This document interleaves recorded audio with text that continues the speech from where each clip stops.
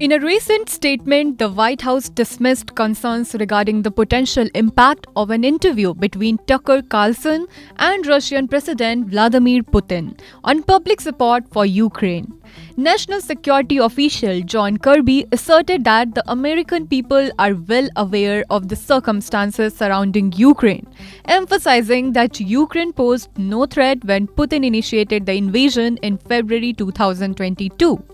He invaded a neighboring country without provocation. Ukraine is fighting for its cause, seeking assistance, but not requesting American boots on the ground, said John Kirby.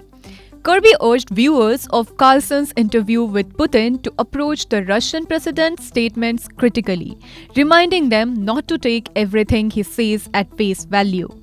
Anybody that watches that interview, you need to make sure to remember that you are listening to Vladimir Putin. You shouldn't take at face value anything he has to say, said Kirby. The American people know well who's at fault here, and I think they know that there was no ground whatsoever for the invasion on February 22nd, 2 years ago. He invaded a neighboring country without provocation. Ukraine wasn't a threat to anybody, and the American people understand that. And the American people understand what Ukraine's fighting for. And all they're asking for is our help. They're not asking for American boots on the ground. Again, I don't think the American people are going to be swayed by one single interview. And I think anybody that watches that interview, again, I haven't seen whatever's said, need to make sure remember you're listening to Vladimir Putin, and you shouldn't take at face value anything he has to say. This marks Putin's first interview with a Western journalist since the Russian invasion of Ukraine nearly 2 years ago. Speculations arose earlier in the week when Carlson was spotted in Moscow, leading to confirmation from Carlson himself that the interview would indeed take place.